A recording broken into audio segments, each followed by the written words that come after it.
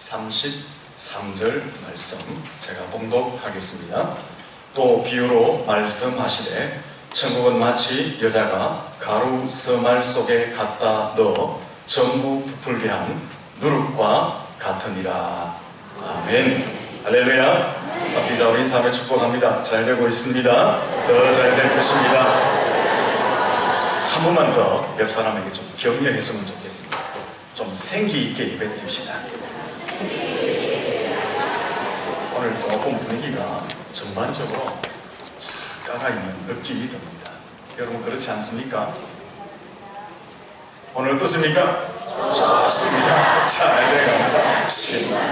신나게 생기를 끌어올려야지 예배할 때 기쁨이 넘치고 감동이 넘치고 은혜가 넘치고 변화가 있을 줄로 믿습니다. 하나님께서 천지 만물을 창조하시고 창조하신 이후에 사람들에게 축복만 하신 것이 아니라 명령도 하셨는데 그 첫 번째 명령을 문화명령이다 이렇게 지칭합니다.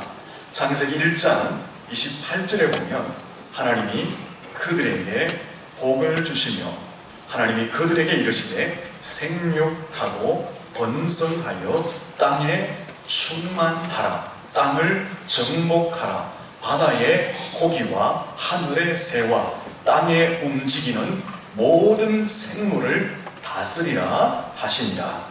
할렐루야. 이 말씀은 하나님이 천지를 창조하시고 사람들에게 축복하신 말씀일 뿐 아니라 명령하신 명령의 말씀인데 이 명령을 통상적으로 문화명령이다 라고 말씀합니다.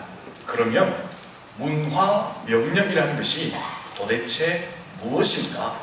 우리가 생각하는 일반적인 문화생활을 하라 그런 뜻이 아닙니다.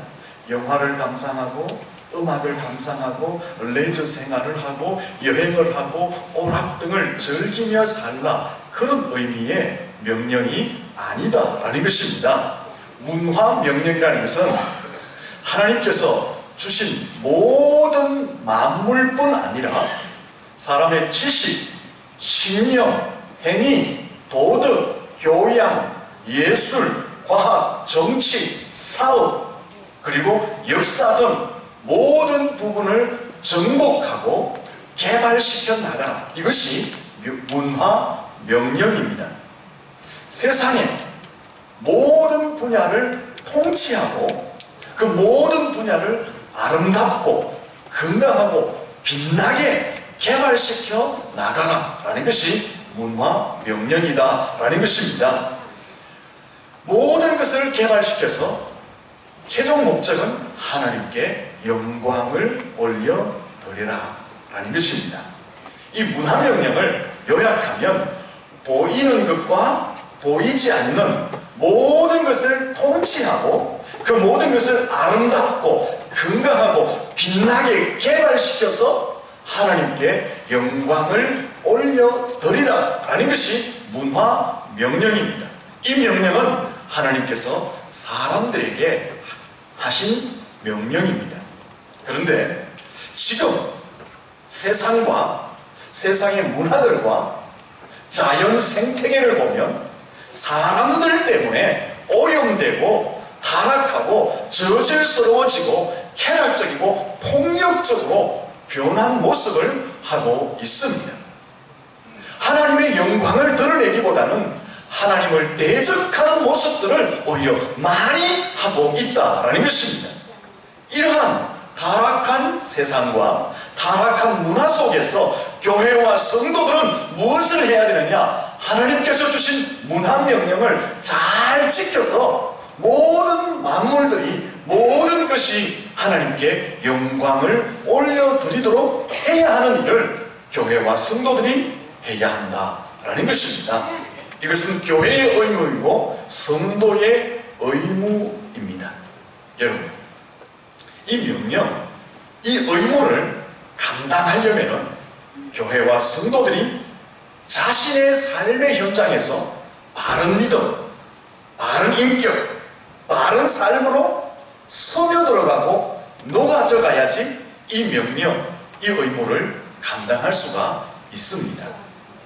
성도들이 자신의 삶의 현장에서 세상 속에서 바른 믿음의 삶과 바른 인격을 나타내고 바른 행위를 한다면 세상은, 만물들은 아름답고 건강하고 빛나게 만들어져가고 개발되어져 갈 것입니다. 그러면은 자연스럽게 모든 것은 하나님의 창조 원리를 따라서 하나님께 영광을 올려드리게 되어져 있는 것입니다. 그런데 지금 우리 교회와 이 성도들을 보면 세상을 향해서 점점 담을 높이 쌓아가고 있습니다.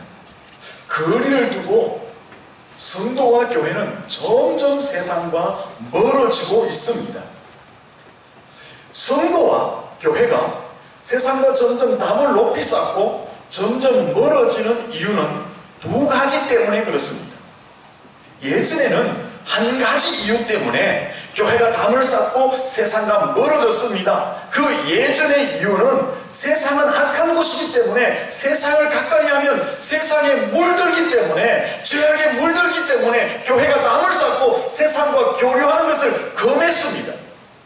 근데 지금은 한 가지 이유가 더 생겼습니다. 교회가 교회답지 못하고, 성도가 성도답지 못하고, 목회자가 목회자의 위치에서 바른 삶을 살지 못하기 때문에, 교회와 성도의 삶이 너무나 많이 부족하기 때문에 지금은 세상이 검을 꺾고 있습니다. 세상이 담을 쌓고 있습니다. 세상이 교회를 멀리하고 있습니다. 참으로 슬픈 현실 속에 교회와 성도들이 직면해 있습니다. 이 두 가지 이유 때문에 지금 교회와 성도들이 세상과 담을 높이 쌓았고 거리가 멀어져 있습니다. 여러분, 교회와 성도들이 세상과 담을 쌓고 멀어지면 결코 세상을 아름답게, 건강하게, 빛나게 만들어가고 개발시켜갈 수가 없습니다. 성도와 교회가 세상과 멀어지면 멀어질수록, 세상과 높은 담을 쌓으면 쌓을수록 세상을 부드럽게 하고 만나게 할 수가 없다라는 것입니다. 세상을 아름답게 만들고 건강하게 만들고 빛나게 만들고 부드럽고 만나게 하려면 교회와 성도는 세상과 가까워져야 하는 것입니다. 우리 옆 사람에게 한번 인사합시다. 세상과 좀 더 가까이 지냅시다. 근데 세상을 닮아가는 말은 아닙니다. 오늘 설교를 잘 들으셔야 됩니다. 아니, 우리 목사님 세상과 가까이 가라 하는데 한잔 해야 되겠구나, 한 대 피해야 되겠구나. 그거 절대 아닙니다. 어떻게 가까워져야 하느냐 같이 한번 고민해 보는 것입니다. 여러분, 한국 교회를 개토 속에 들어갔다, 개토 속에 들어갔다고 혹평하는 신학자들이 있습니다. 여기 개토라는 것은 미국 사회 속에서 유대인의 거주 지구 혹은 흑인들이 모여 사는 소수 마을을 개토라고 말합니다. 이 유대인들과 흑인들은 자기들만의 구역, 자기들만의 아성을 쌓고 자기들끼리 교류하며 살아갔습니다. 그런 지역을 개토라고 말을 합니다. 지금 한국교회가 그런 현상 속에 빠져 있다는 것입니다. 세상과 높이 담을 쌓았고 세상과 멀어져 있기 때문에 교회들 안에서만, 성도들 안에서만 자신의 구역, 자신의 아성을 쌓고 지금 존재해 있다라고 혹평하는 신학자들이 있습니다. 이것은 참 교회의 모습이 아닙니다. 세상을 덩친 채 자기들만의 구역, 자기들만의 아성을 쌓는 것은 참 교회의 모습이 아니다라는 것입니다. 참 교회의 모습은, 참 성도의 모습은 바른 믿음, 바른 인격, 바른 삶을 통해서 세상 속에 스며들어가 녹아지고 세상을 정화하고 세상을 아름답게 하고 세상을 건강하게 하고 세상을 빛나게 하는 것이 참 교회, 참 성도의 모습이다라는 것입니다. 마태복음 17장에 보면 예수님께서 3명의 제자를 데리고 변화산에 올라갔습니다. 그 변화산에서 예수님의 얼굴이 해같이 빛났습니다. 예수님의 옷이 빛처럼 빛났습니다. 그 와중에 구약의 율법을 대표하는 모세가 등장하고 선지자를 대표하는 엘리야가 등장하여서 예수님과 대화를 나누는 것입니다. 마치 천국 같은 그런 상황이 벌어졌습니다. 이 상황을 목격하고 있던 베드로가 예수님께 뭘 말합니까? 주여, 우리가 여기 있는 것이 좋사오니 주께서 만일 원하시면 내가 여기서 초막셋을 짓겠습니다. 하나는 주를 위하여, 하나는 모세를 위하여, 하나는 엘리야를 위하여 짓겠습니다 라고 말합니다. 이렇게 말한 것은 베드로가 너무 황홀하고 너무 감격스러운 모습을 목격하고서 거기에 머물고 있었기 때문에 그렇게 말한 것입니다. 이 베드로의 말을 들은 예수님이 무엇이라고 말을 했겠습니까? 이 산을 내려가자. 예수님이 그렇게 말씀하셨습니다. 지금 베드로는 거기에 머물러 있고 싶은데 예수님께서는 이 산을 내려가자. 예수님이 말하신 산 아래는 어떤 곳이었을까요? 17장을 계속 읽어보시면 질병으로 고통받는 것, 인생의 문제 때문에 괴로워하는 것, 아픔 때문에 힘들어하는 곳이 산 아래라고 말씀하고 있는 것입니다. 베드로는 그 산 위에서 황홀한 광경을 목격하고 여기 머물러 있으면 좋겠다, 여기서 내가 소망을 짓겠습니다라고 고백하였지만 예수님은 그 베드로의 말에 산 아래로 내려가자. 그리고 예수님은 산 아래로 내려가십니다. 산 아래로 내려가셔서 질병으로 고통받는 자를 치유해 주신 줄로 믿습니다. 상처받은 자를 치유하신 줄로 믿습니다. 인생의 문제들을 해결하신 줄로 믿습니다. 불행한 자에게 행복을 주신 줄로 믿습니다. 죄와 사망의 권세에 붙들린 자에게 죄에서 자유하시고 영원한 생명을 주시는 그 일을 산 아래서 예수님께서 하신 줄로 믿습니다. 여러분, 이와 같은 예수님의 행동은 우리에게 무엇을 가르쳐 줄까요?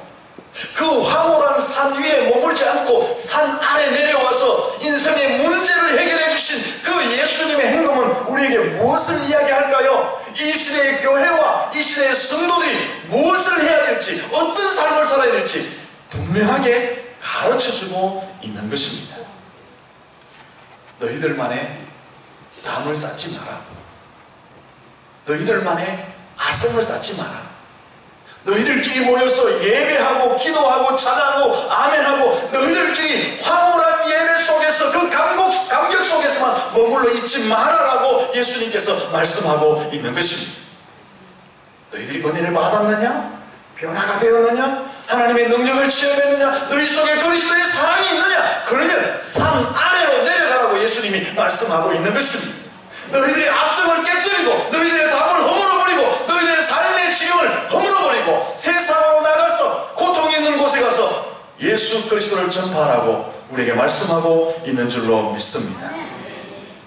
좀 더 정확하게 말하면 이 교회 안에서 하나님의 영광을 체험했으면 세상에 나가서 바르게 살아가는 것입니다. 바른 인격을 나타내는 것입니다. 바른 행동을 하라는 것입니다. 그런 모습으로 세상 속에 소배들고 세상 속에 녹아져서 이 험한 세상을 정화시키고 아름답고 건강하고 빛나게 만들라 예수님이 그렇게 말씀하고 있는 것입니다. 사랑하는 성도 여러분, 우리의 담을 허물 수 있기를 축원합니다. 우리의 아성을 허물 수 있기를 축원합니다. 우리가 붙들고 있는 우리만의 그 고집들을 무너뜨릴 수 있기를 축원합니다. 그래서 어떻게 해야 됩니까? 세상으로 나가셔야 됩니다. 세상에 나가서 어떻게 하시라고요? 바르게 사셔야 됩니다. 바른 인품을 풍겨내셔야 됩니다. 바른 행동을 하셔야 됩니다. 그럴 때 세상이 변화될 줄로 믿습니다. 그럴 때에 하나님이 영광을 받게 되는 것입니다. 우리 옆 사람에게 인사합시다. 니 좀 바르게 살아야 되겠더라.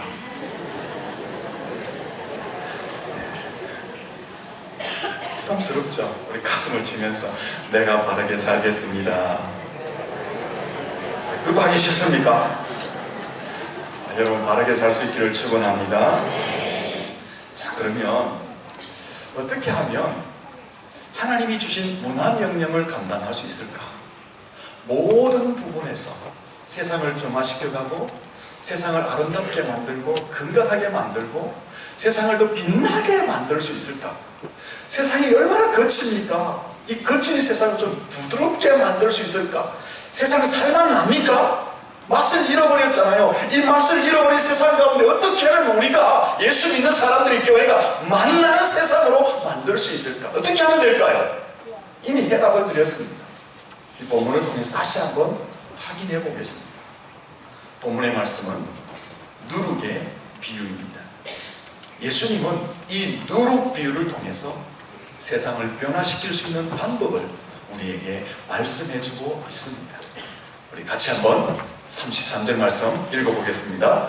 같이 읽습니다. 또 비유로 말씀하시되 천국은 마치 여자가 가루 서말 속에 갖다 넣어 전부 부풀게 한 누룩과 같으니라. 아멘. 저기 본문을 보세요. 가루 서말이 등장합니다.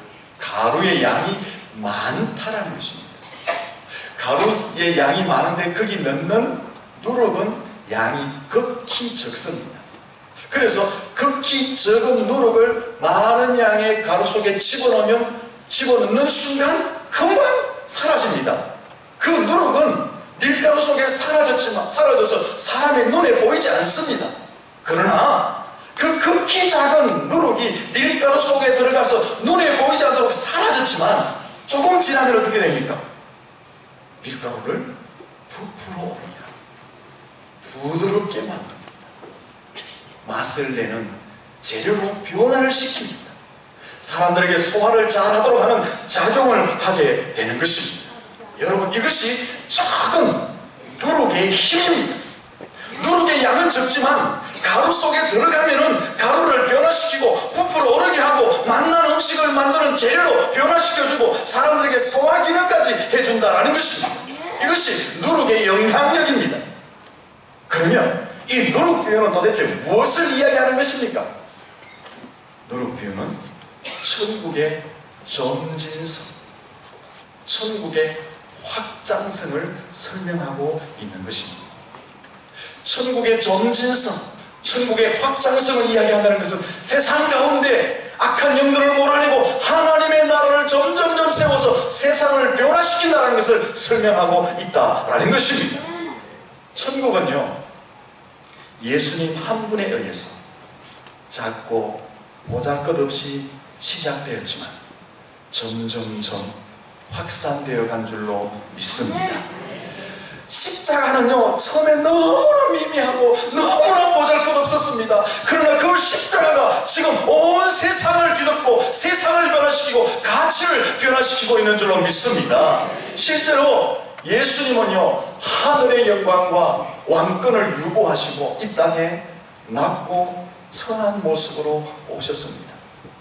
그리고 온갖 핍박과 박해와 조롱과 멸시를 당하셨습니다. 인간이 겪는 배고픔과 눈물과 고통을 경험하셨습니다. 인간이 매여야 할 법과 율법의 제한을 받으셨습니다. 마침내 극형에 처해지는 십자가형을 당하시고 예수님은 죽으셨습니다.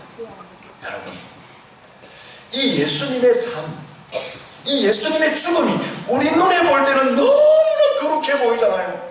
너무나 아름다워 보이잖아요. 너무나 위대해 보이잖아요. 그러나 우리의 눈이 아니라 세상의 눈, 세상의 사람들의 눈에는 정반대로 보여주고 있었습니다. 예수님의 십자가에 죽으심과 사니 세상과 사람들의 눈에는 볼품이 없어 보였습니다. 너무 처절하게 보였습니다.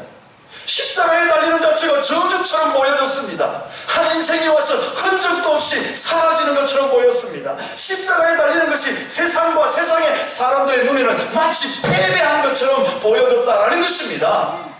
그러나 세상 사람들의 눈에 그렇게 보였지만 예수님의 삶과 죽음은 누룩이 된 줄로 믿습니다. 예수님이 전파되는 곳에는 그 예수를 믿는 사람들의 속에서는 사람들의 내면의 변화와 삶의 변화가 일어난 줄로 믿습니다.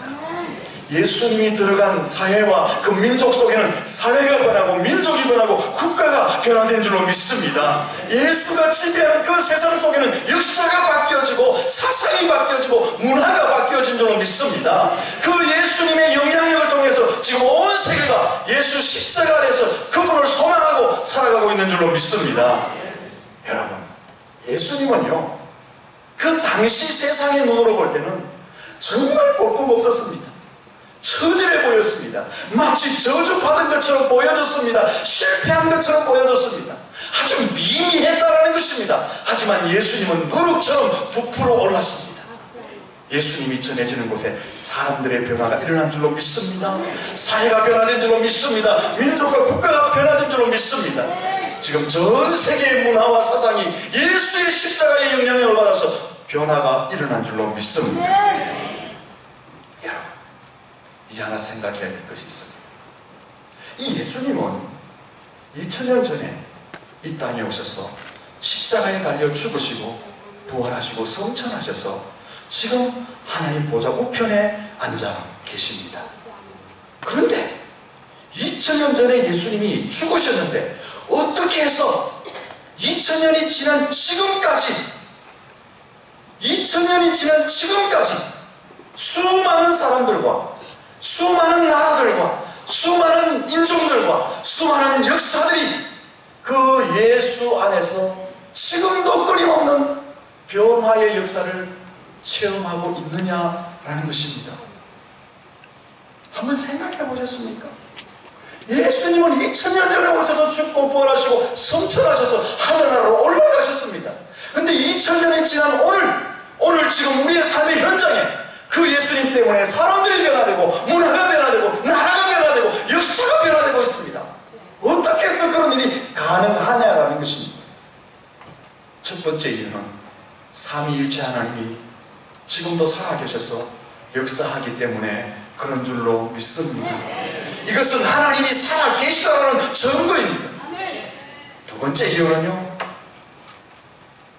제2의 누룩이 있기 때문에 그렇습니다. 제2의 누룩은 누구를 이야기할까요? 이건 제가 만든 겁니다.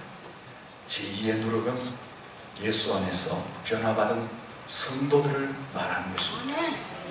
옆 사람이 한번 인사할 거예요. 당신은 제2의 누룩입니다. 예수를 믿고 예수 안에서 변화된 우리는 제2의 누룩이라는 것입니다. 예수님은 원조 누룩이고 우리는 그 예수님 안에서 예수님의 영향을 받은 제2의 누룩, 그 변화된 삶을 통해서 세상에 녹아지니까 세상의 사람들이 변화되고 사회가 변화되고 민족이 변화되는 줄로 믿습니다. 우리 제2의 누룩이 예수님께 영향을 받고 성령의 능력을 덧입고 변화된 삶을 살고 바른 인격의 삶을 살고 바른 행동을 하니까 세상의 사람들이 영향을 받고 세상의 문화가 변화된다라는 것입니다. 그래서 2000년 전에 예수님이 돌아가셨지만 그 영향을 받은 제2의 누룩들이 세상에서 바른 삶을 사니까 지금도 세상은 바뀌어지고 있다라는 것입니다. 오늘 저와 여러분이 변화의 주체인 줄로 믿습니다. 할렐루야. 옆 사람에게 인사하세요. 당신은 변화의 주체입니다. 여러분, 누룩은 살아있는 균입니다. 깨끗하고 신선합니다. 그래서 그 누룩이 가루 속에 들어가면 가루를 부풀게 하고 부드럽게 하고 맛을 내게 하고 소화의 기능까지 해준다고 합니다. 예수님은 살아있는 분인 줄로 믿습니다. 예수님은 흠이 없고 깨끗하시고 신선하며 생명의 근원이십니다. 성도들은 어떤 사람입니까? 그 예수님 안에서 깨끗해진 거룩한 백성들인 줄로 믿습니다. 그 예수님 안에서 신선하게 되어졌고 예수님 안에서 영원한 생명을 얻게 된 사람들이 바로 성도들이다라는 것입니다. 이런 성도들이 세상 속에 스며들어가서 바른 믿음, 바른 인격, 바른 삶을 사니까 세상이 영향을 받고 사람들이 변화되고 문화와 가치가 변화된다라는 것입니다. 예수 안에서 바르게 영향을 받은 성도들이 세상에 가서 바르게 사니까 세상이 뒤집어지는 것입니다. 안 믿으세요? 다시 예수님 안에 영향을 받고 변화를 받은 성도들이 세상에서 바르게 사니까 세상이 뒤집어지는 줄로 믿습니다. 여러분, 이것은 우리나라 근대사에서 실제로 보여주고 있는 산정언입니다. 우리나라가 1980년대 후반까지만 해도 동방의 예의지국이라고 해서 아주 좋은 호칭은 가졌지만 굉장히 폐쇄된 나라였습니다. 그리고 가난과 굶주림의 나라였습니다. 그리고 뭐 동방 예의지국이라고 했지만 인권 유린의 나라, 불평등의 나라, 게으름과 잡기와 전통과 관습과 미신에 사로잡혀 있던 나라가 바로 우리나라였습니다. 그런데 기독교가 들어오면서 근대화가 이루어집니다. 산업화가 일어나게 됩니다.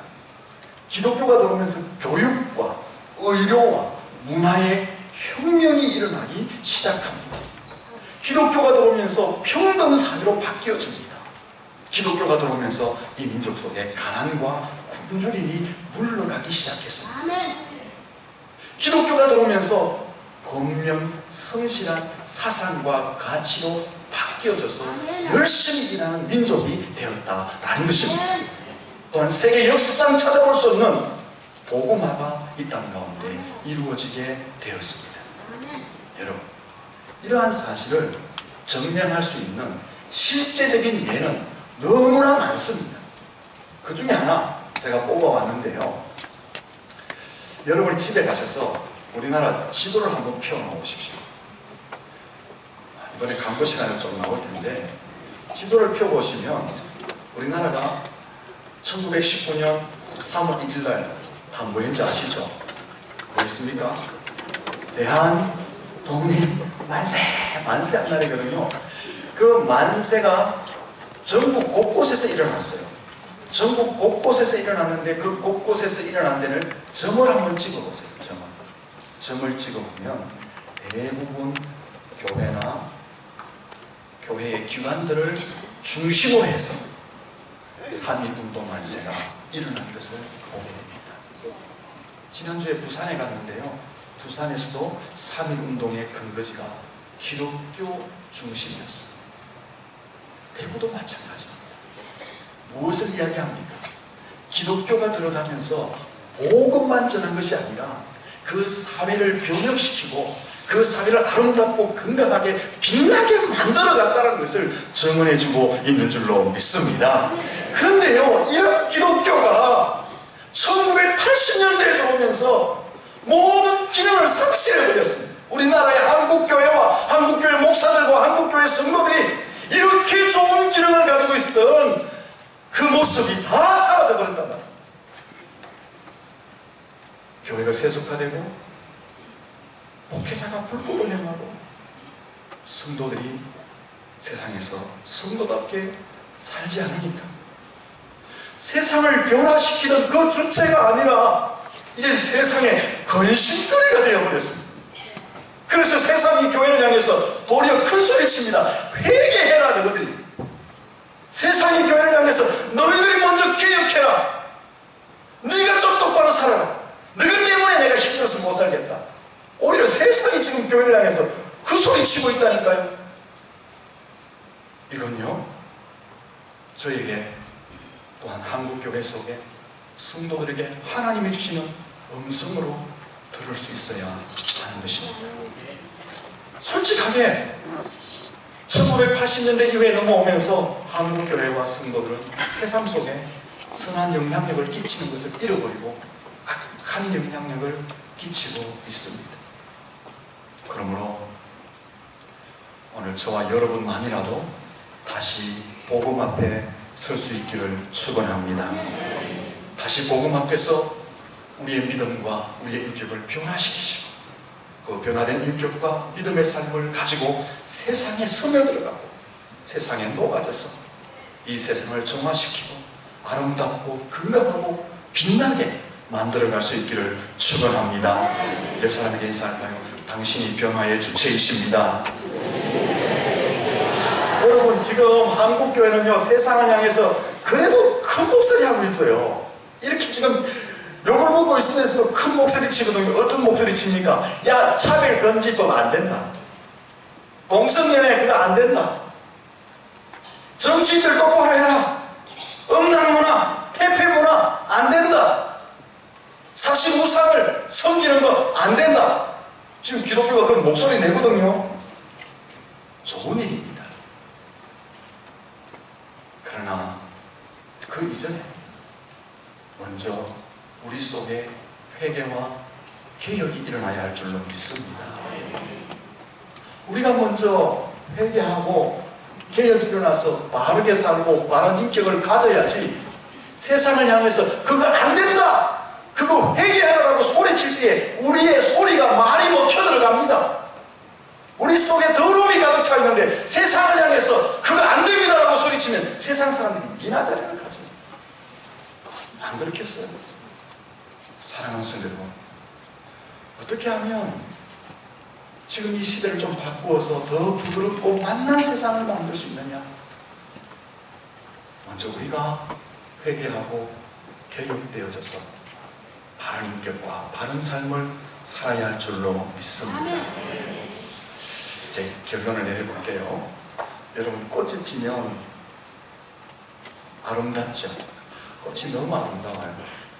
근데 이 꽃이 피는 것을 보고 싶어서 꽃무늬가 졌을 때에 거기 가만히 앉아 있으면 꽃 피는 거 볼 수 있습니까? 없습니까? 꽃 보시면 샤샤샤샤샤 이렇게 피니까 또 안 보이죠, 그죠? 근데 하룻밤 자고 나면 이 꽃이 활짝 펴져 있습니다. 죽순도 마찬가지예요. 죽순이 얼마나 쑥쑥 잘 자랍니까? 그 자라는 거 보고 싶어가지고 그래 조금씩 앉아있으면 안 보여요. 근데 이 죽순은요 한낮에 어디 갔다 오면 이게 쑥 자라가 있는 게 보이는데요. 여러분, 바로 이것입니다. 우리 성도, 우리 교회, 우리 목회자 한 사람 한 사람이 예수님 안에서 복음 앞에서 변화되어져서 세상으로 나가면요 세상에 변화될 것 같지요? 세상이 바뀔 것 같지요? 택도 없는 소리입니다. 아니 목사님 지금까지 바뀐다 했잖아요. 바뀌긴 바뀝니다. 근데 하루 만에 안 바뀌더라는 것입니다. 한 달 만에 안 바뀐다는 것입니다. 우리가 예수님 안에서 변화된 모습을 가지고 세상에 나가면 안 보여요. 변화가 되는 게 안 보여요. 하지만 때가 되면 꽃몽우리가 피듯이 죽순이 쑥 자라는 듯이 예수 꽃이 세상에 피어날 줄로 믿습니다. 여러분, 성도 한 사람 한 사람이 세상 속에 들어가면 밀가루가 누룩이 밀가루 속에 들어간 것처럼 전혀 보이지 않습니다. 오늘 우리 예수 믿는 사람들이 주위를 쫙 흩어져 버리면 세상에 가면 아무도 안 보여요. 안 보이지만 누룩이 밀가루를 부풀게 했던 것처럼 우리가 세상에서 바로 살면 때가 되면 세상이 예수 꽃을 활짝 피게 될 줄로 믿습니다. 여러분, 우리가 제2의 누룩입니다. 이거 좀 기억하고 끝냈어요. 누룩이요 상해품에 세상도 사나. 지금 근데 한국교회와 한국교회 목사들하고 성도들 다 상했어요. 그래서 세상을 못 바꾸는 거예요. 오늘 이 말씀을 듣는 우리만이라도 다시 복음 앞에 서서 바르게 살아서 신선한 누룩, 깨끗한 누룩, 살아있는 누룩의 역할을 해서 세상을 변화시키는 주역으로 살았습니다. 우리 천도만이라도 아름다운 세상, 아름다운 사회 만들어갈 수 있기를 예수님 이름으로 축원합니다. 기도하겠습니다. 하나님 아버지,